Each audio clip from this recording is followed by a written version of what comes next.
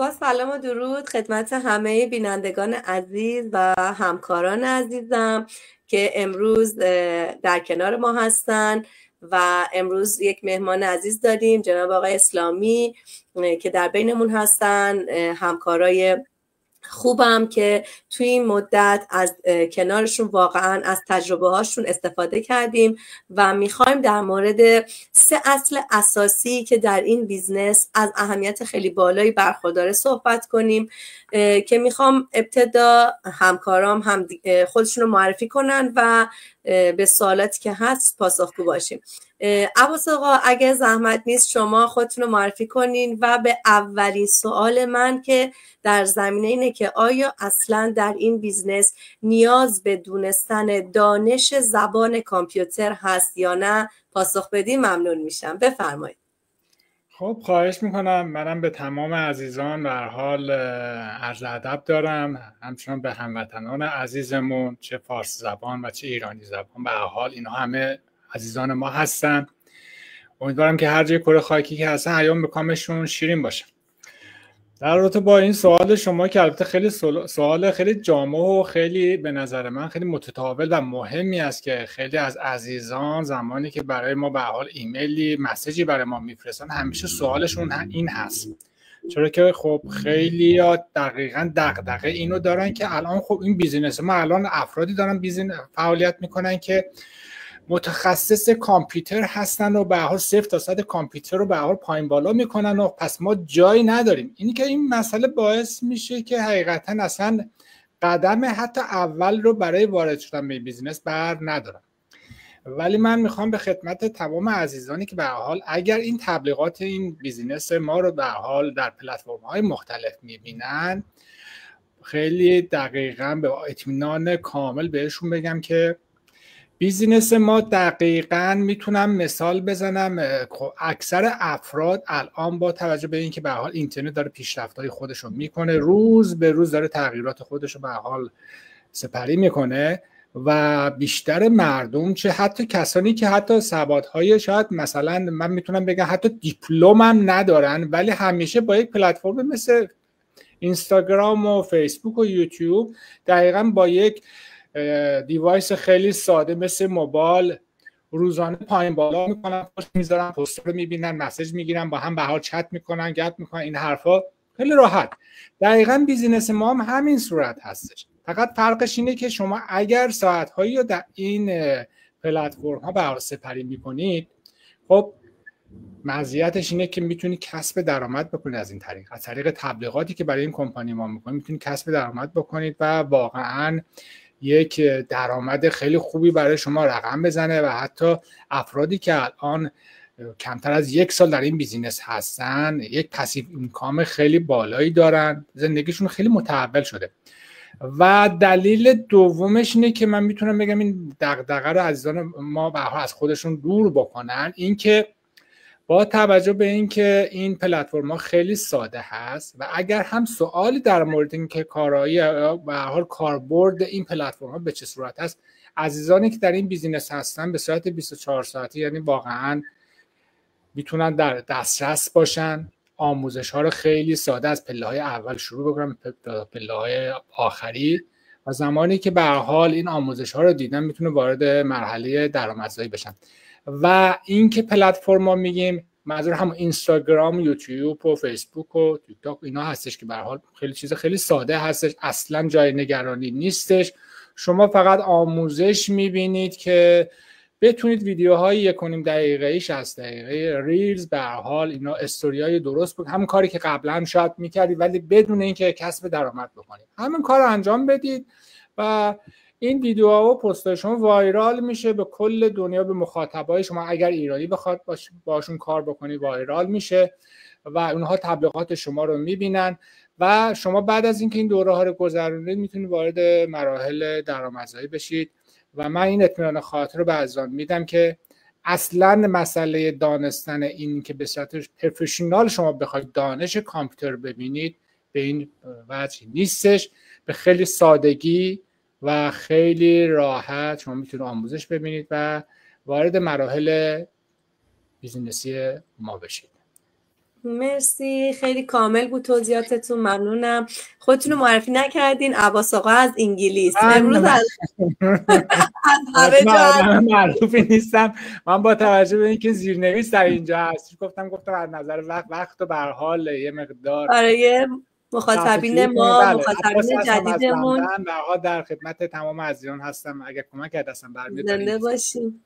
از خوبیای این بیزنس همینه که شما الان از لندن، آقا فرزاد کانادا، آقا شورش فرانسه، منم فرانسه، همه انگار در کنار همین، مثلا حس نمی کنیم این دوری رو و کاملا واسه همینه که میگیم که معرفی کنن که واقعا مخاطبین بدونن که تنها از یک جا نیستیم و ماها هیچ کدوم نه با هم نسبت فامیلی داشتیم نه همدیگر رو میشناختیم، ولی الان همه در کنار هم همکار هستیم و داریم کارمون هم جلو میبریم و خیلی هم لذت میبریم. من که واقعا خیلی دوست دارم کارم رو.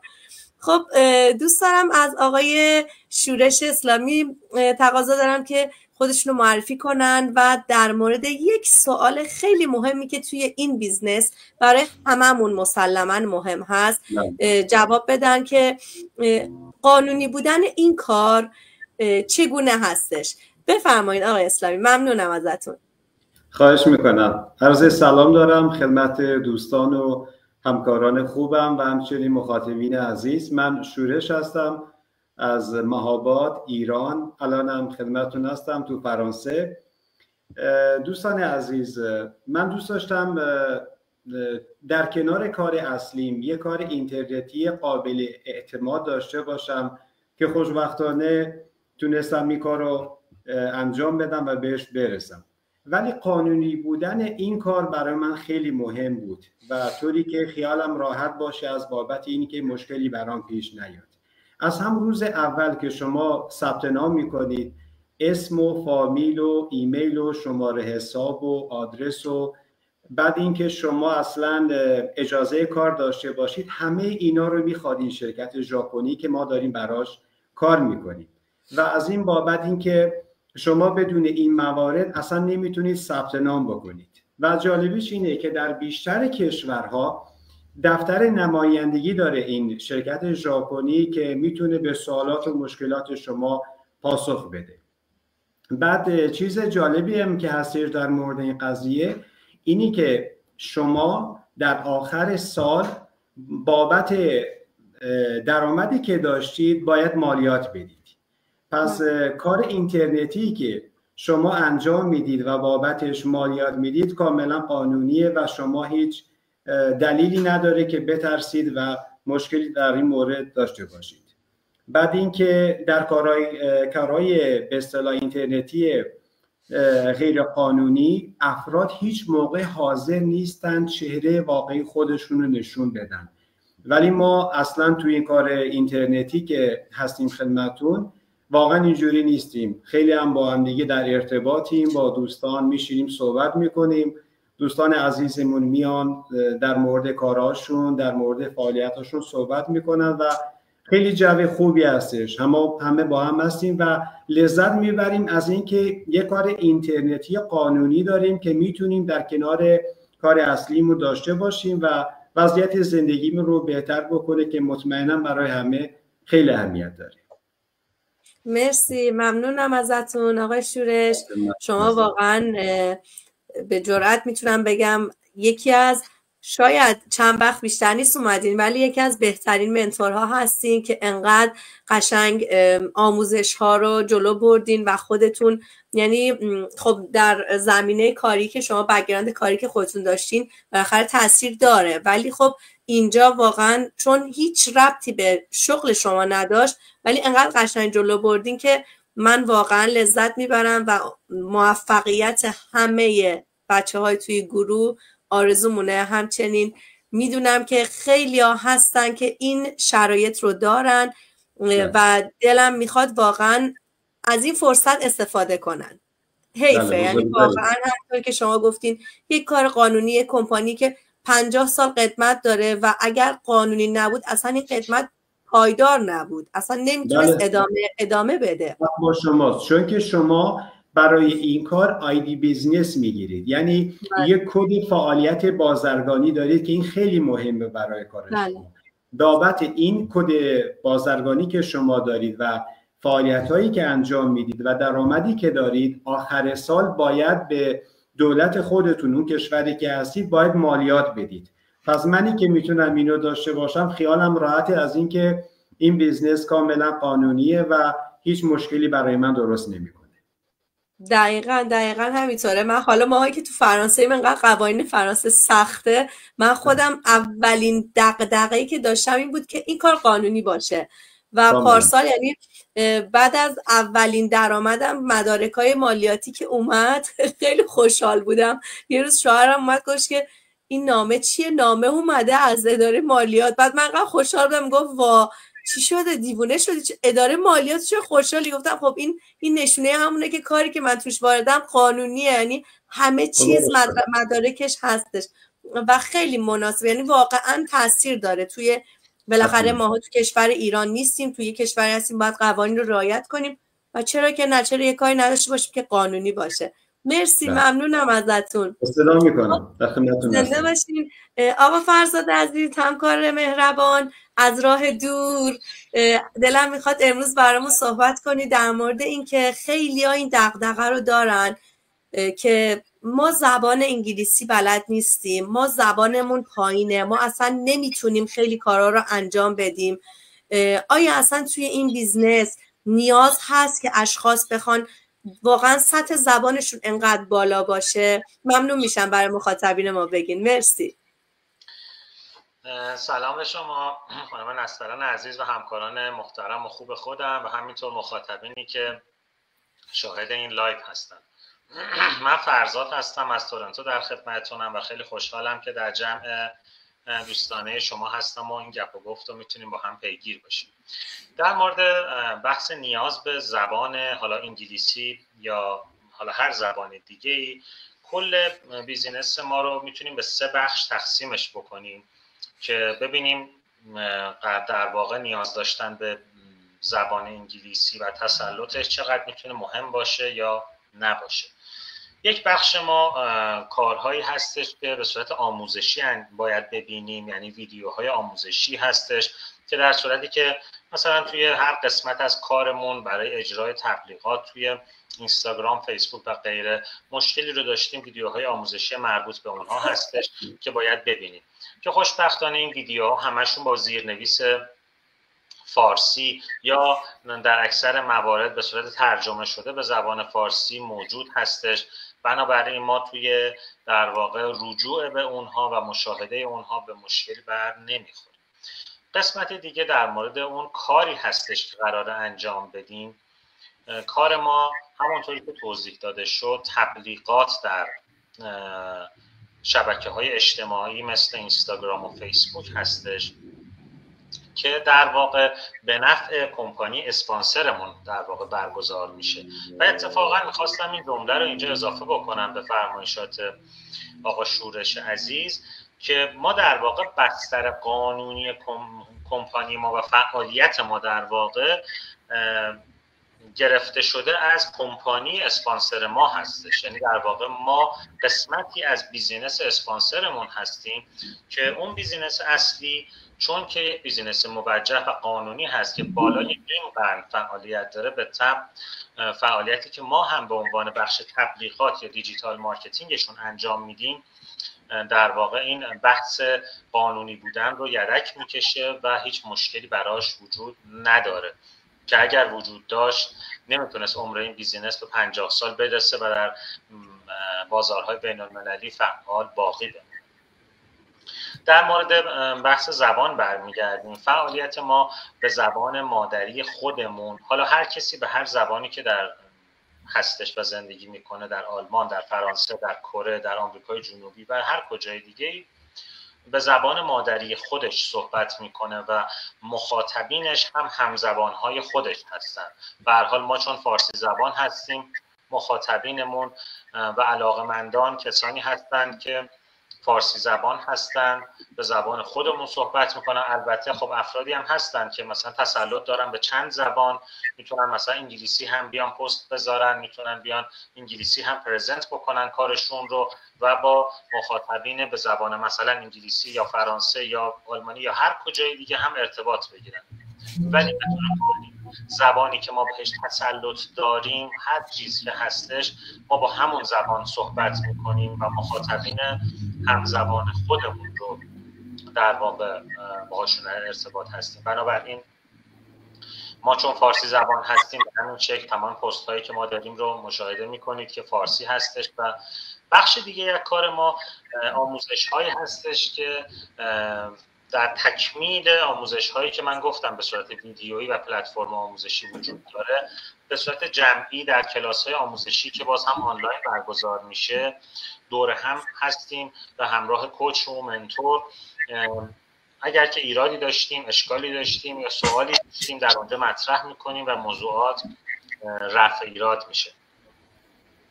این فضا هم دوباره چون همه همزبان هستیم، یعنی این تیم ها، این گروه ها افرادی هستن که همه همزبانن، یعنی مثلا ما فارسی هستیم، دوباره سایر زبان ها هم به همین شکل، کوچ و منتورها هم همزبان خود اون فرد هستن.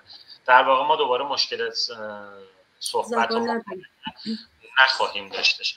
مجموعه این مسائل به این شکل هستش که موضوع زبان انگلیسی یا هر زبانی رو تسلط داشتن رو منتفی میکنه و هر فردی بنا به اون زبانی که صحبت میکنه در تیم خودش، در گروه خودش، در با مخاطبین هم زبان خودش و همه چیز خلاصه با زبان خودش برگزار میشه و انجام شدنیه و هیچ نیازی به زبان خاصی نخواهیم داشتش به جز زبان مادری خودمون.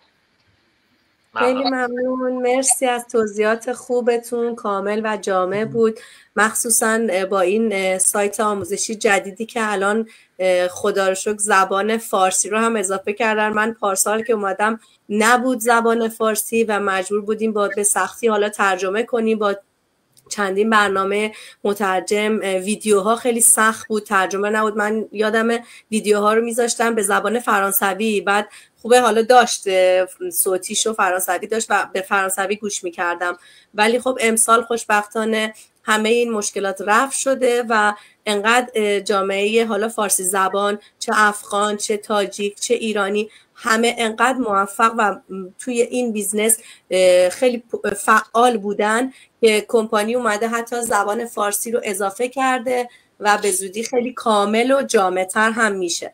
پس هیچ دغدغه‌ای نباید داشت. واقعا همه ماهایی که اینجا هستیم هر کدوم، حالا عباس آقا میدونم که کار آفلاین دارن، آقای شورش همینجور، آقا فرزاد همینطور و من هم تا قبل از اینکه این بیزنس رو شروع کنم همینطور، ولی خب خدا رو شکر این بیزنس انقدر یعنی مزایا داشت که دیگه من ترجیح دادم کنار بچه‌های خودم باشم. پس هیچ فرقی نمی‌کنه چه مرد باشیم چه زن باشیم، میتونیم با کمترین سرمایه بیزنس خودمون رو داشته باشیم، برای خودمون کار کنیم و هر کسی اینجا مدیر خودشه. ما همه با هم همکار هستیم، همه کنار هم هستیم، از هم میآموزیم. اینجوری نیستش که اصلا ما بخوایم یک چیزی رو بلد باشیم به دردمون بخوره و به کسی دیگه انتقال ندیم و کاملا تیم ورک هستش و لذت میبریم از این کار.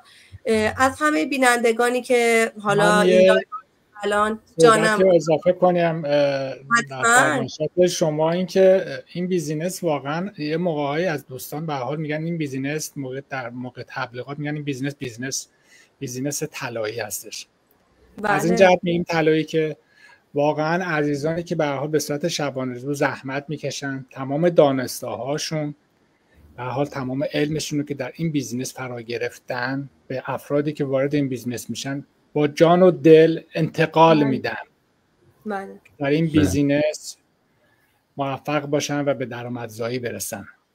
به هر حال این یک فرصت طلایی هستش که اگر استفاده کردیم که به هر حال خب میتونیم واقعا شاهد متحول شدن زندگی، درآمد، همه چی خودمون باشیم. و امیدوارم که سهم ایرانی ها از این بیزینس روز به روز بیشتر بشه. به امید خدا. مرسی عباس آقا، به نکته خیلی خوبی اشاره کردین. دقیقا همینطوره و خدا رو شکر تو گروه ما منتورهای عالی داریم که هر کدوم یعنی واقعا روز به روز هم بهتر و بهتر و هم خیلی یعنی اون کار تیم ورک رو واقعا به جا میارن و این خودش بزرگترین مزیت هست. امیدوارم هر کدوم از عزیزانی که چه الان چه بعداً این لایو رو خواهند دید استفاده کنن. شماره تلفن‌های ما هست تو پیجای ما، میتونین با هر کدوم از ما خواستین در ارتباط باشین، در تماس باشین. 100% پاسخگو هستیم و با کمال میل تمام اطلاعات لازم رو در اختیارتون قرار خواهیم داد.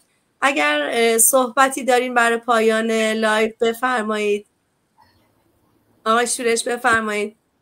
خواهش میکنم. من خواستم در تکمیل فرمایشات عباس آقا یه چیز رو خدمتتون عرض کنم. عزیزانی که دارن ما رو میبینند، خیلی نکته جالبی رو ایشون اشاره کردن. در تکمیلش باید بگم که شمای عزیزی که میتونی در کنار کار اصلیت با 2 ساعت کار اینترنتی که واقعا ما اگه به سر خودمون رو کلاه نذاریم و واقعیت رو بگیم 2 ساعت 3 ساعت از روی عادت دوست داریم که تو فیسبوک و اینستا همیشه بگردیم.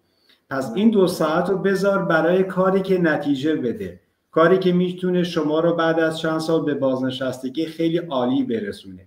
من فقط خواستم این نکته رو اشاره بکنم که عزیزان با خیال راحت وارد این بیزنس بشن و کارشون رو شروع بکنند. خیلی متشکرم. زنده باشین. مرسی. آقا فرزاد شما بفرمایید.